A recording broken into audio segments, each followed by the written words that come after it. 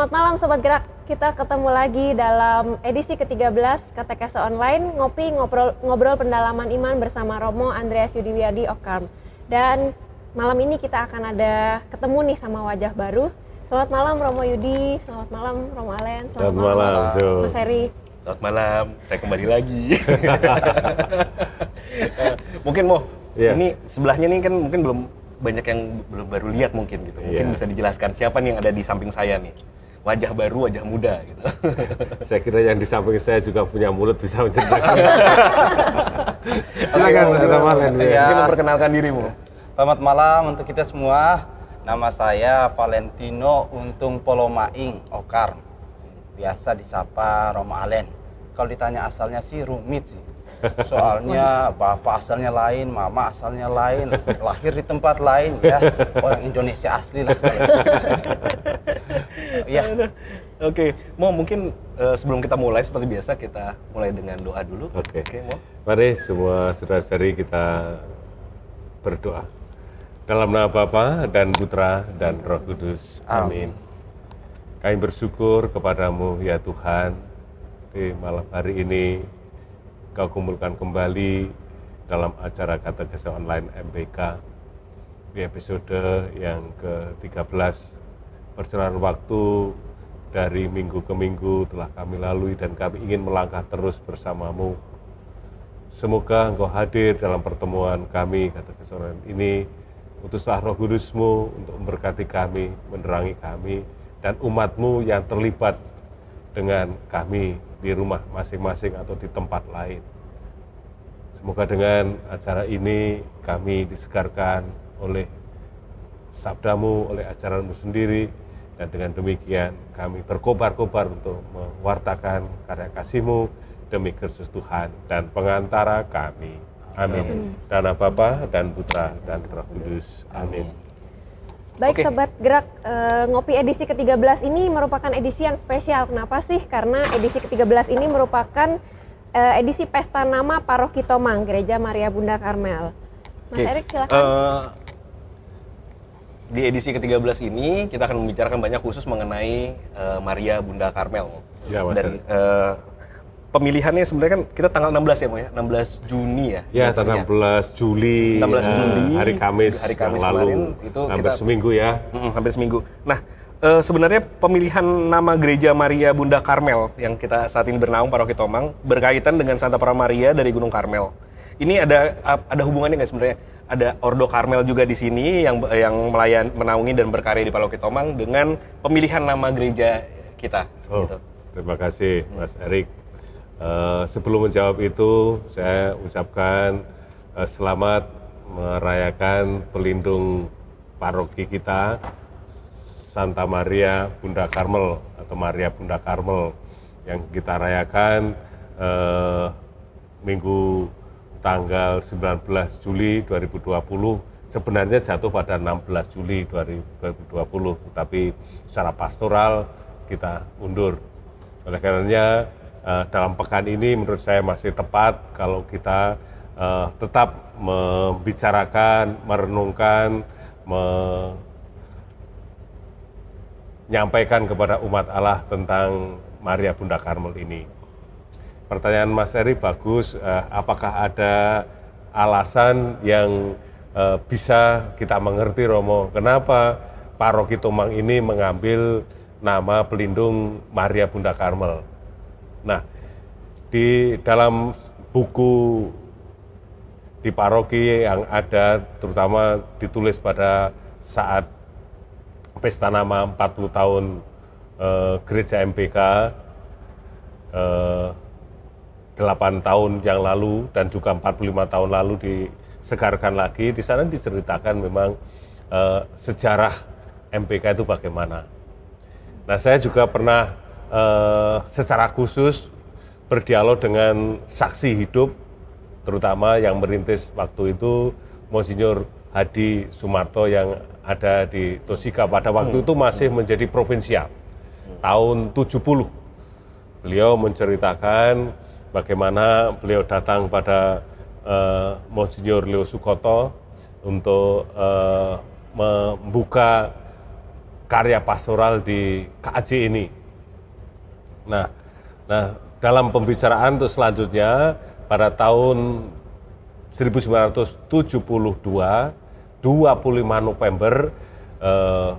November ya, tanggalnya itu jelas sekali 1972, KAJ memberikan surat peresmian Paroki Maria Bunda Karmel.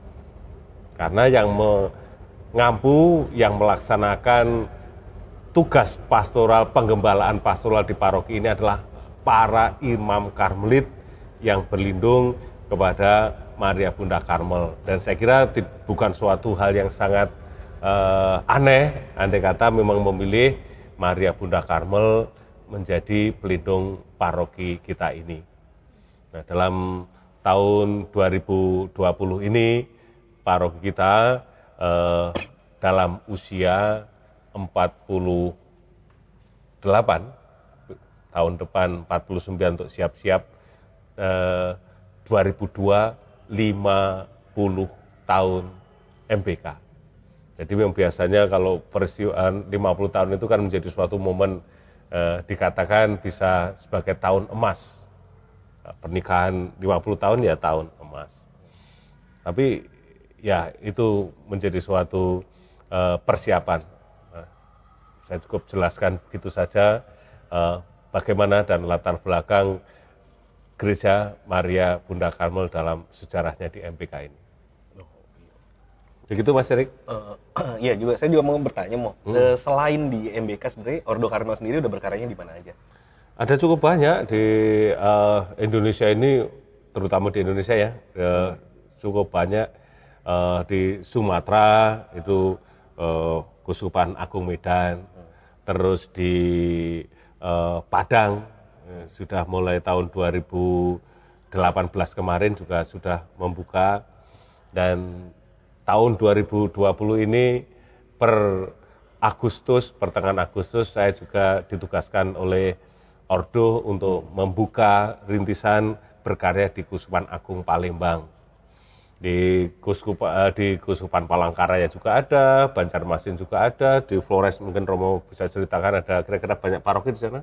Banyak di paroki di Flores itu ada beberapa paroki yang ditangani sama keuskupan, lalu diserahkan ke Karmel untuk ditangani. Ada Keuskupan Ruteng, ada di Keuskupan yang baru dilantik Ende, ya kemarin, uskupnya baru dilantik. Baru dilantik kemarin itu. Di Keuskupan Agung Ende, Keuskupan Maumere, lalu ada juga di Keuskupan Makassar. Nah, Ordo Karmel baru membuka karya pelayanannya di Keuskupan Makassar. Di Sorong juga ada. Iya, bahkan sampai ke Papua juga ada di situ. Tapi yang paling besar ya pasti di Malang lah ya. Nah, yang paling betul Itu pusatnya di sana. Di sana. Kalau aku boleh tanya, kenapa Malang waktu itu? Sejarahnya gitu. Secara singkatnya pada tahun 1923 provinsial dari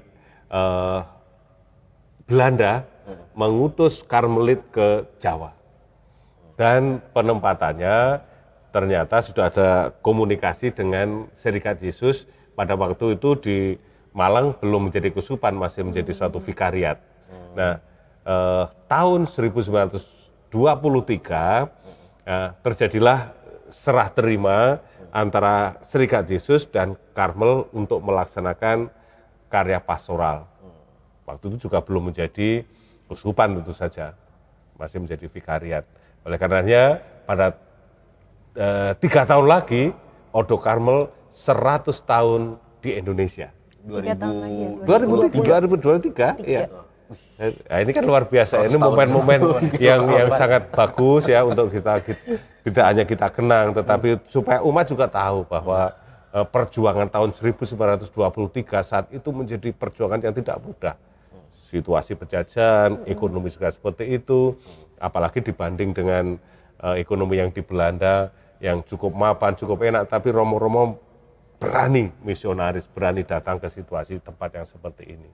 Maka bagus, ada yang menyebut, bahkan Monsinyur Soeharto itu jangan melupakan kemartiran, jangan lupakan sejarah kemartiran gereja Indonesia.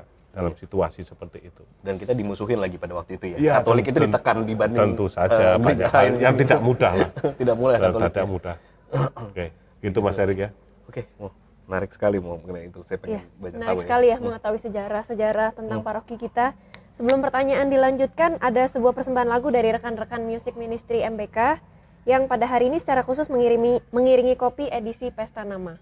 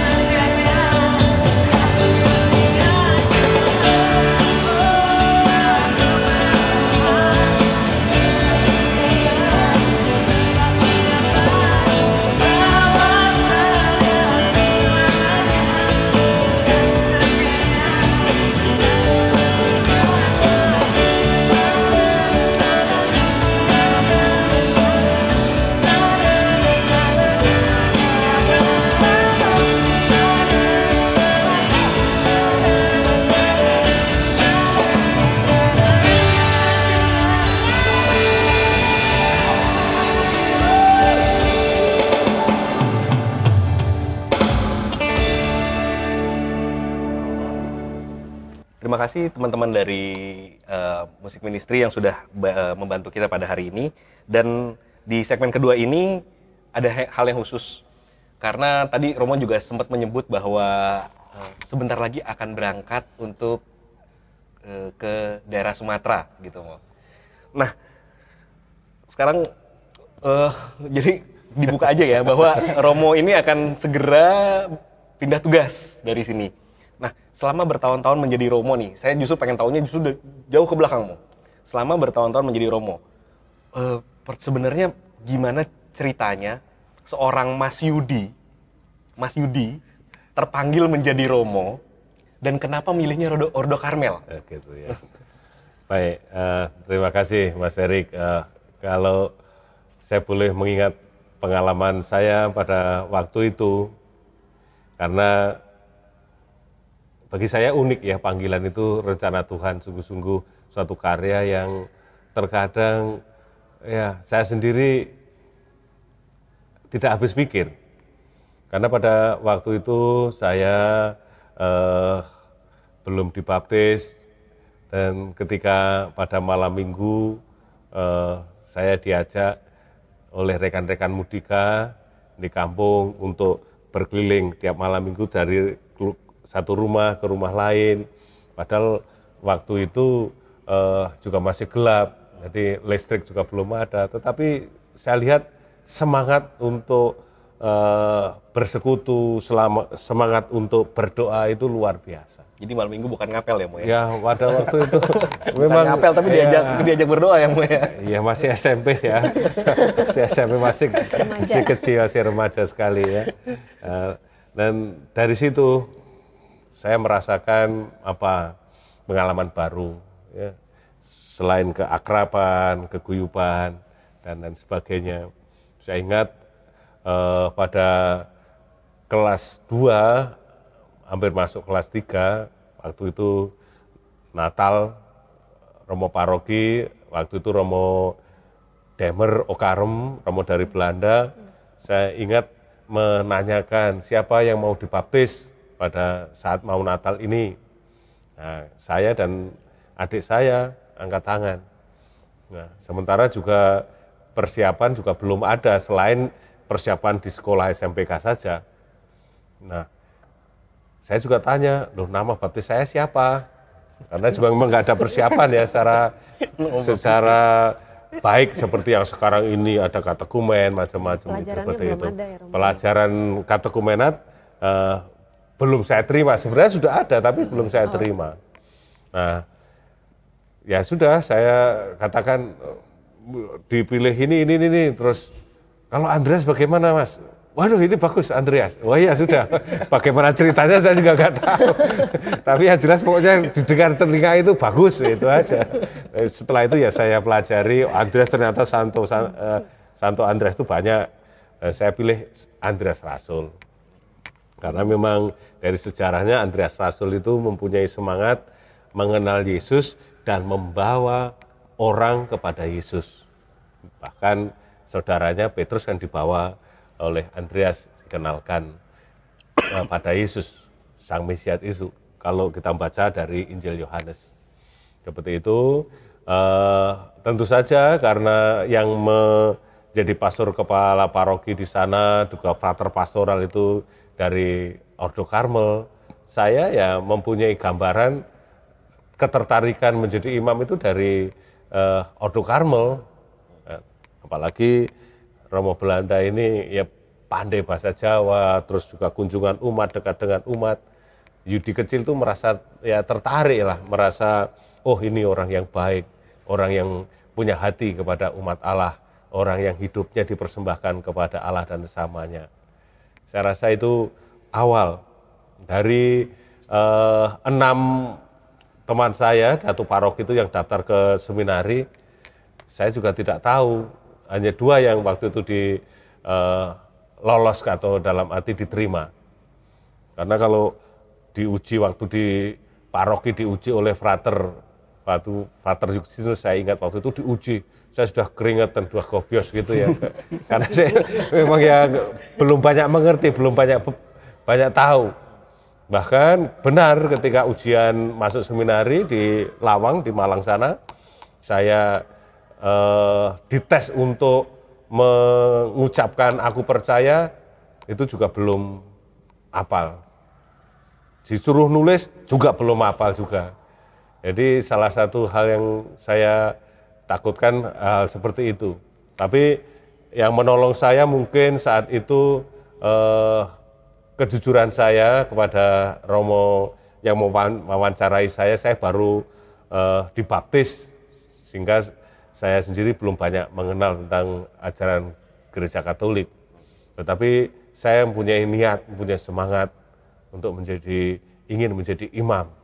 Pokoknya ya begitu saja. Ya bagaimana itu ya tidak tahu.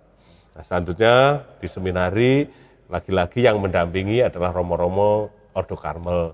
Gambaran semakin jelas, wah kehidupannya seperti itu, panggilannya seperti itu, pelayanan seperti itu.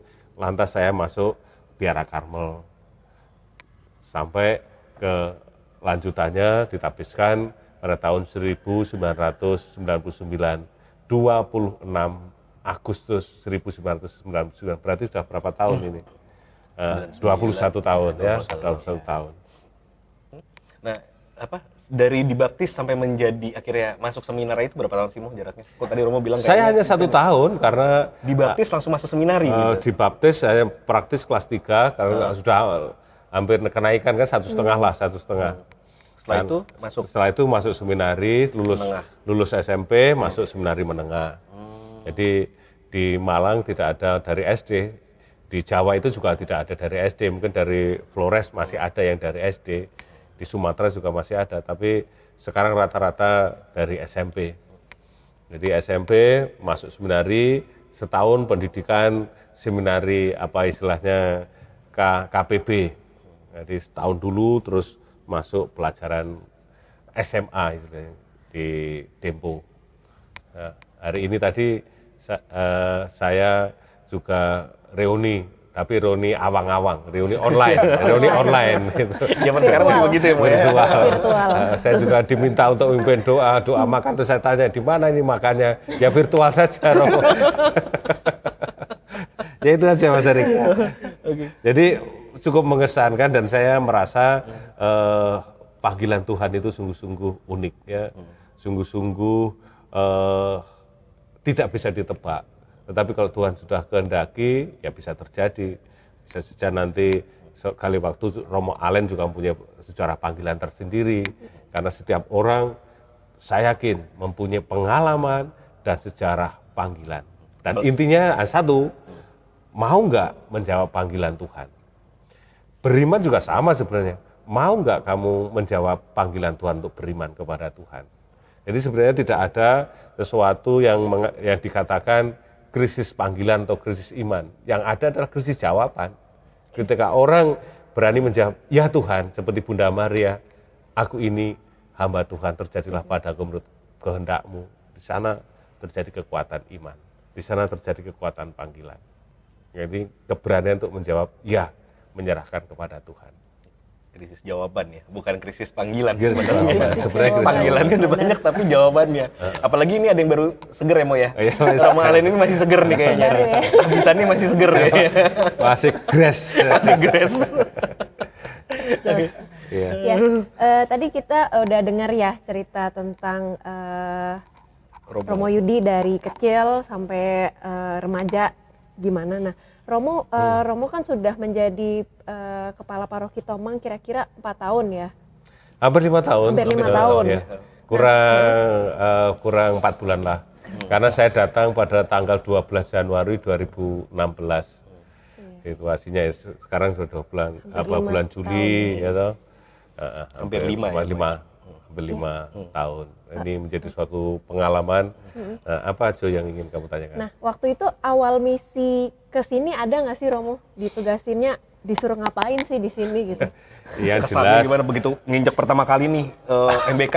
Ya ternyata begini parokinya atau gede banget gitu Ya. atau gimana Mo? Saya ketika waktu itu pertama-tama ditelepon, terus ditelepon oleh Romo Provinsial.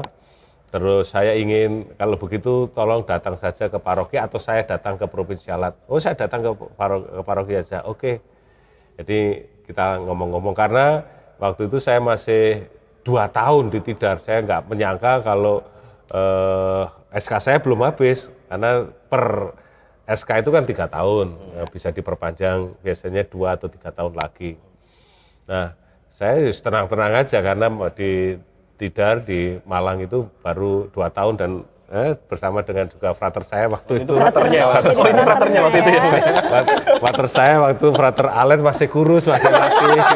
Romo juga masih kurus, masih langsing ya Mo ya berarti ya. Sekarang sudah longsor.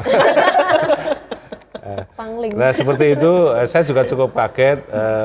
Romo Provinsial menyampaikan karena Romo Heri juga sudah 5 tahun di MPK, biasanya memang kurang lebih 5 tahun di paroki ini dan akan mendapat tugas baru, dijelaskan panjang lebar.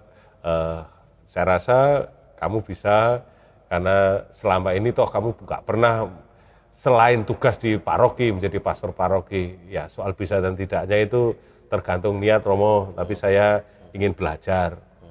Nah, saya mulai baca buku tentang MPK, saya mulai melihat YouTube di MPK, bagaimana dan situasi dan kondisinya MPK itu bagaimana. Dari pengenalan itu ya tidak mudah juga.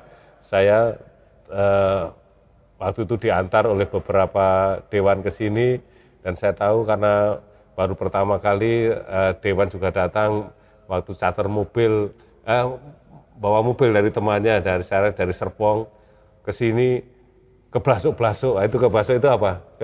Kesasar-sasar. Tapi saya ingat waktu itu muter-muternya justru di Patra sana itu.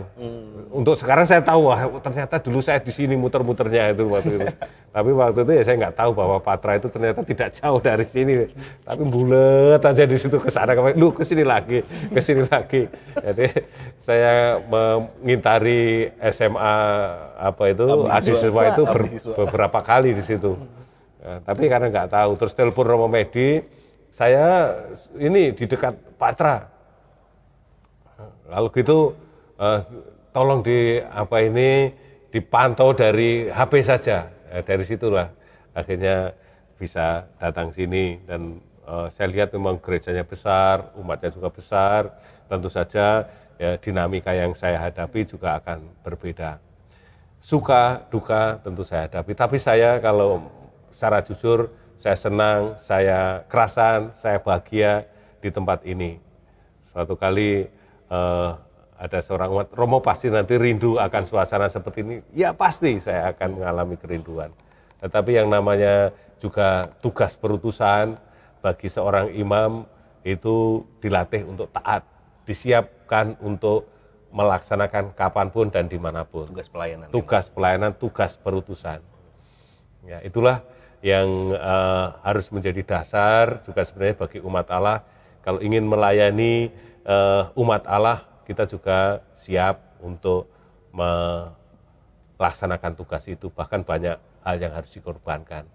Tetapi juga sebagai awam, keluarga adalah yang sangat penting. Ya, sangat penting. Jangan sampai melayani di gereja, tapi keluarga terbengkalai.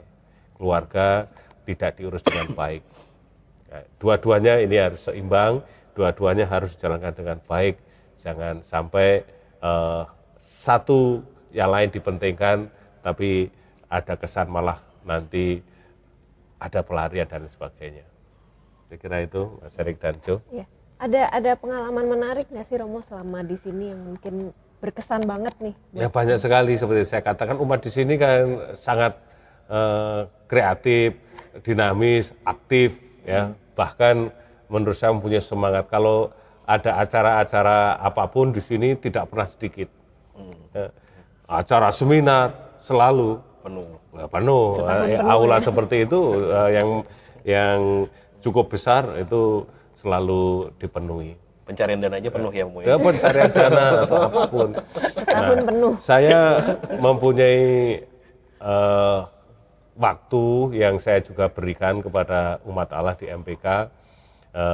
Saya biasa memang mempunyai waktu untuk berkantor. Itu bukan berarti saya tidak mau pergi, tidak. Kalau saya pagi sampai siang tidak ada kunjungan pastoral, saya hampir pasti di kantor.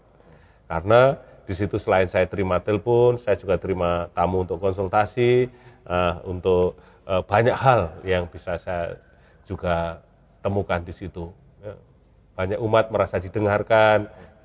Saya tidak banyak ngomong, karena kalau umat sudah datang itu berarti sebenarnya dalam pikiran saya memang banyak butuh orang yang bisa mendengarkan.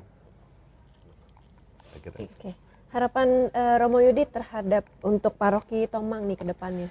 Ya, tetap bersemangat, tetap maju. Saya sudah sering mengatakan di rapat DPH, bahkan DPI, DP Pleno, MPK itu umatnya besar dan penuh semangat.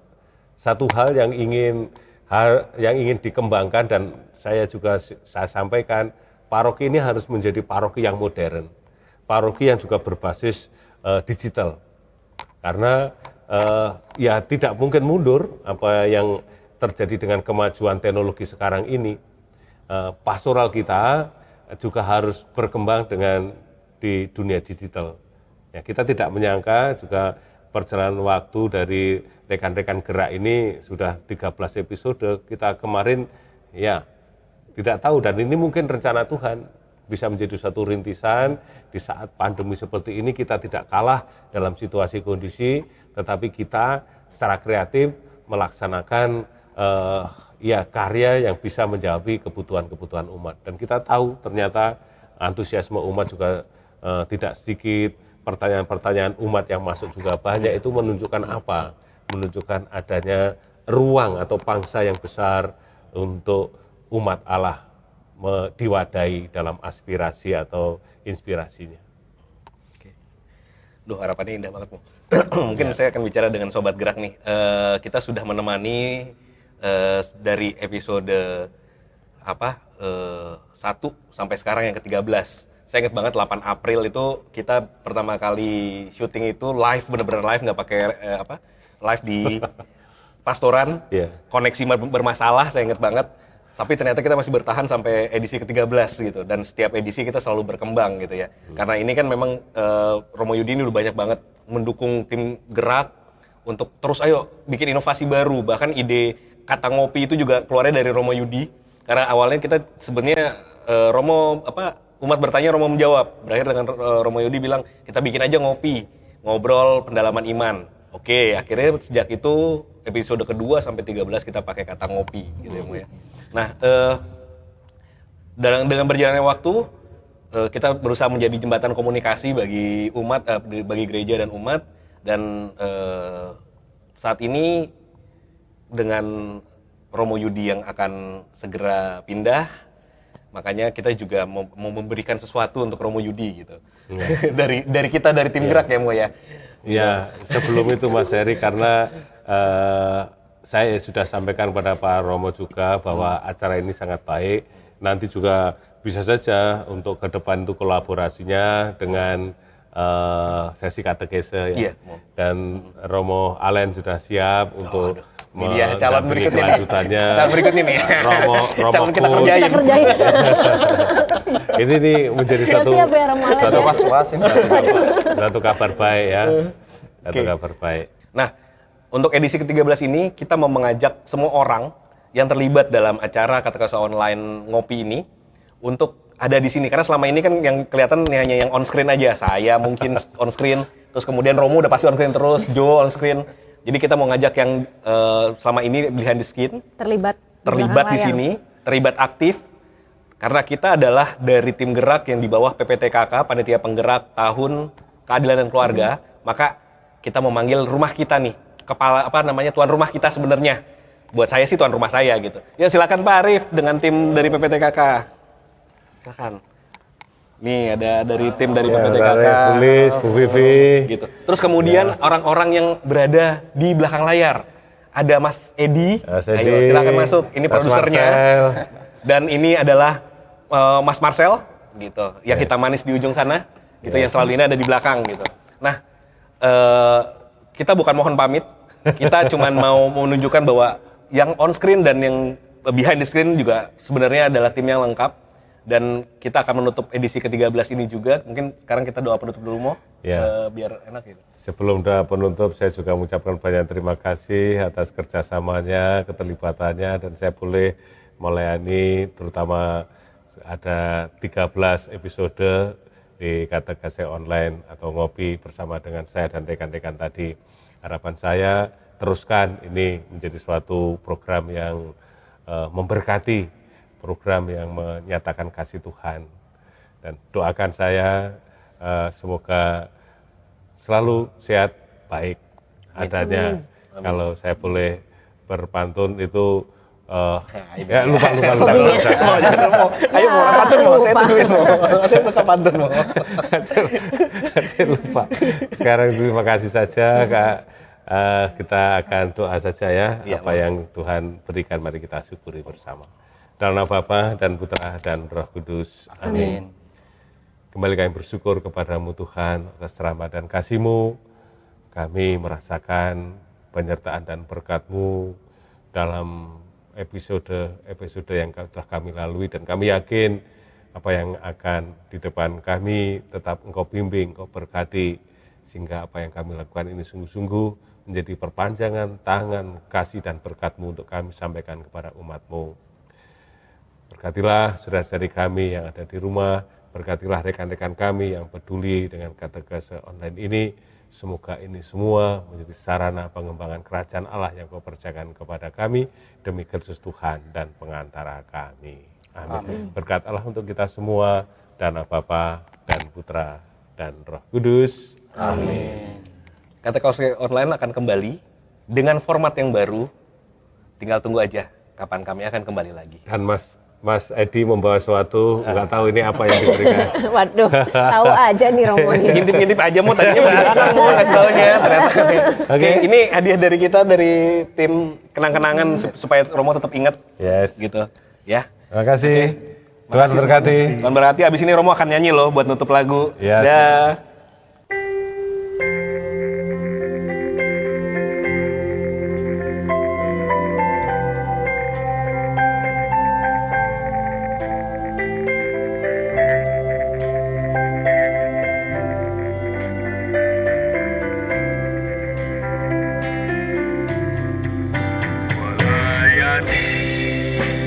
Melayani lebih sungguh,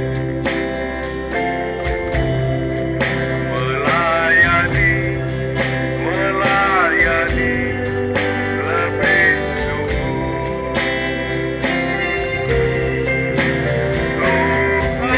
Tuhan lebih dulu melayani kepadaku. Melayani lebih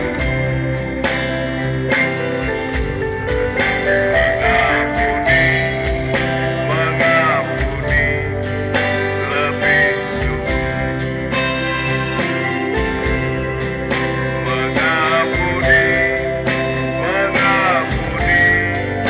lebih mengampuni lebih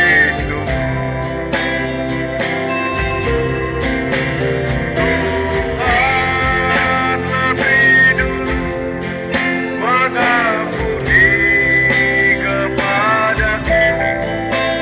Mengampuni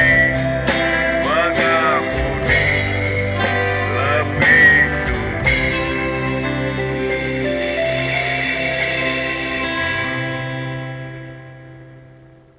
Terima kasih kepada pihak-pihak yang terlibat selama perjalanan ngopi dari edisi 1 sampai edisi ke-13 selama ini. Yang pertama kepada Romo Yudi sebagai Kepala Paroki Tomang yang sejak awal sangat mendukung dan terlibat aktif di acara ini tentunya. Yang kedua para Pastor Paroki Tomang dan DPH Paroki Tomang, dan terima kasih kepada Romo Alen yang hari ini juga ikut mendukung acara ini. Kemudian kepada Panitia Penggerak Tahun Keadilan dan Keluarga yang merupakan rumah kami dalam pelayanan. Selanjutnya kepada PDOM PKK dan Komsel Mayo yang pernah berkolaborasi di edisi-edisi sebelumnya. Dan selanjutnya kepada Music Ministry atau MM yang selalu mendukung acara ngopi malam ini. Kemudian terakhir kepada Sobat Gerak semuanya di rumah yang selalu mendukung dengan menonton tayangan kami dan mengajukan pertanyaan-pertanyaan secara aktif melalui DM, Instagram, dan WhatsApp Center. Jangan lupa untuk follow Instagram @gerak.mbk dan like, subscribe YouTube Gerak MBK dan nyalain notifikasinya. Jangan nggak dinyalain ya notifikasinya yang ada belnya dinyalain. Sampai ketemu lagi di acara Gerak MBK selanjutnya.